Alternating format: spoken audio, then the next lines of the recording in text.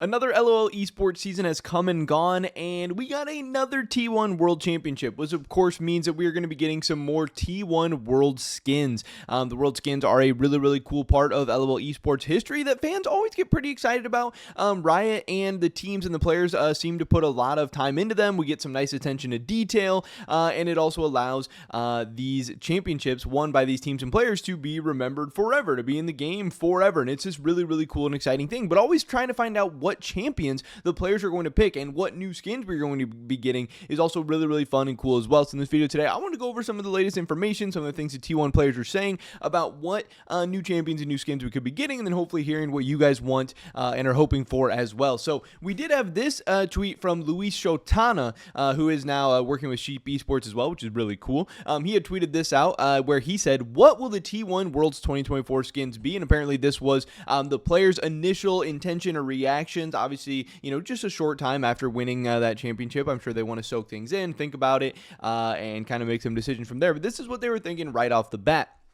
We have Zeus considering between Gragas, Camille, and Ornn. Obviously, you have two kind of tankier champions. I know in solo queue we see some more like full AP Gragas or some Gragas one-shots and crazy stuff like that. But obviously the most exciting champion there does seem to be Camille. But Gragas and Ornn are also cool as well. There's definitely some interesting and fun things you could do with them.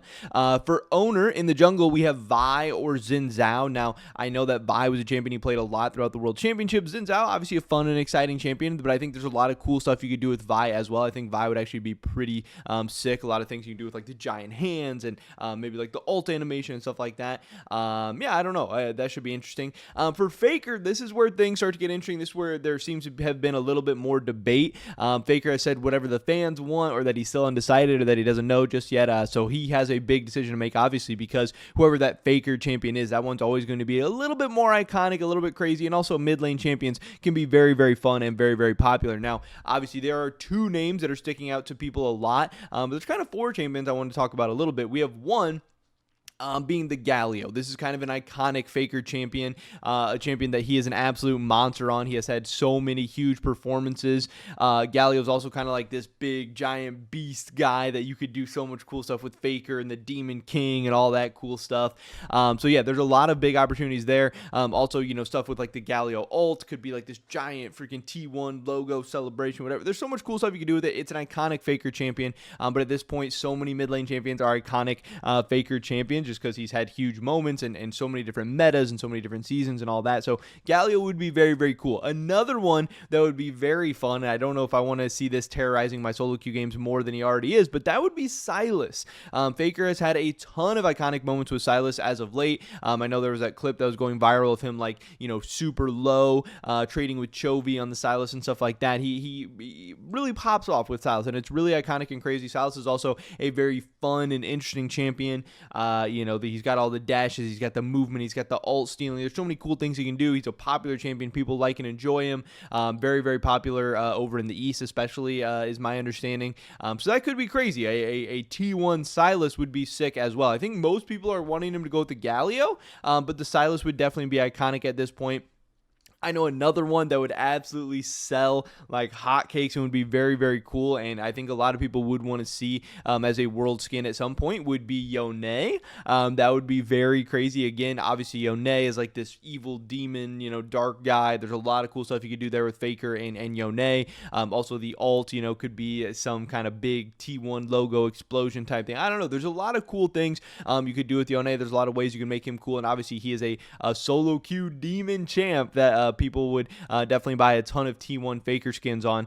So that is definitely one to watch out for as well. And then obviously Ahri was a big champion throughout this World Championship as well. I know obviously Faker just got that Hall of Legends Ahri skin, so it's not likely to be Ahri, and I don't think it would be Ahri, but a lot of people think, hey, it'd be funny if we got a T1 Ahri right after we got that champion. But yeah, Faker had huge iconic moments, and Ahri was definitely a popular and influential pick at this World Championship.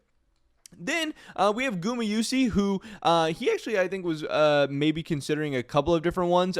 Jin or Varus are the two names here, but I think he was considering Xayah as well, but said he wouldn't have wanted to do Xayah unless Keria was going to take Rakan. So that's kind of cute and kind of funny as well. I know a lot of people are hoping for Varus more so than Jin here. Varus has really been an iconic Gumayusi champion and one that I think you do a lot of cool stuff with. He's a little bit different as well. And then you have Keria in as the support, which you have the really interesting options here, obviously being Renata, who people know is a iconic Keria champion, and Keria has wanted a Renata skin and been talking about that for a while, apparently, like people are saying. But people are a little bit, maybe not as hyped up or excited about that one because not as many people play Renata, not as exciting as a champion, but man, there's a lot of cool stuff you can do. That ult, you have so many different options for cool ways to incorporate that into a world skin and make it some cool big animation type thing. And then obviously Pyke. Pyke would be sick. That is the one that I don't know. It seems like people really want Renata because it's such an iconic Keria champion, and that's, such a different champion and one we're not necessarily used to, but obviously Pyke is sick. Now, a little bit of me would be salty because I always wanted the G2 Pyke skin from back in the day when G2 was playing Pyke in every different position and literally anybody on their team could have chosen Pyke. That would have been so sick. But hey, any kind of Pyke world skin would be better late than never. So I think that would be really sick as well. Either way, I don't think Keria can go wrong there. I think he has some really, really great choices. I want to take a look at, obviously, T1 from their worlds.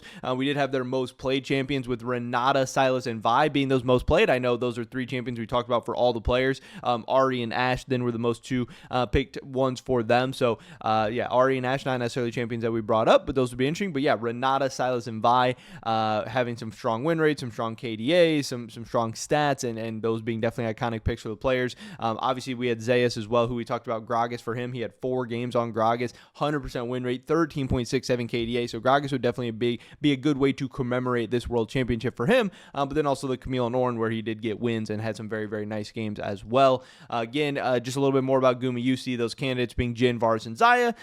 But he didn't want to pick Xayah unless they were going to get the Xayah Rakan. Jin already has 2 world skins, so many people might think he'd be leaning towards Varus, but he didn't really want to pick Varus. He said apparently the translated version is, why don't I feel like I have that much affection for him? I think also he got banned during the World Finals and stuff like that, so he wanted something to more commemorate the World Championships or the World Finals. I don't know, kind of interesting getting to hear from Gumayusi himself, their considerations here, which is cool. Keria apparently posted on, this looks like Instagram, about his choices: Nico, Pyke, and Renata Glass. So again, just more, maybe he's even considering a Nico as well, but again, I think people still would, especially if he's letting the fans vote, I think the Pyke and the Renata would be the two that I'm seeing the most from the community and stuff like that. But lots of cool different options, lots of cool stuff. I can't wait to see what Riot and T1 and all their players have in store for these different champions, the cool things they do with them. Like I said, this is one of my favorite traditions in all of LOL esports. I love, the team skins. Obviously, it's crazy that it's becoming kind of just like a T1 tradition at this point. They have so many different skin sets, but I really do love them. Again, I'm a big League of Legends fan at the end of the day. I love the skins. I love the art. I love the meaningfulness behind the LOL esports skins, and I can't wait to see what they pick, and I love having these discussions about all the different ways they could go. But that's pretty much it for this video today, guys. Hopefully I catch you in the next one. Until then, peace. Everything we are doing here at Sheep Esports for the rest of 2024 is powered by Holy. This is an awesome company that makes great tasting energy drinks that also just so happen to be healthier than the competition as well. They sent me this starter set deluxe, which comes with a Holy shaker and then 14 individual servings of Holy Energy, Holy Hydration, and Holy Iced Tea. So you get a ton of awesome stuff for a great price. And if you want to get even better price, check out the first link in the description below. Use discount code SE5 to get €5 off your first order, or SE10 to get 10% off your entire basket. If you guys want to help continue to allow us to provide the amazing coverage of both Worlds and the offseason that you guys know and love, definitely check out Holy, buy some stuff. It would mean the world to us. Thanks.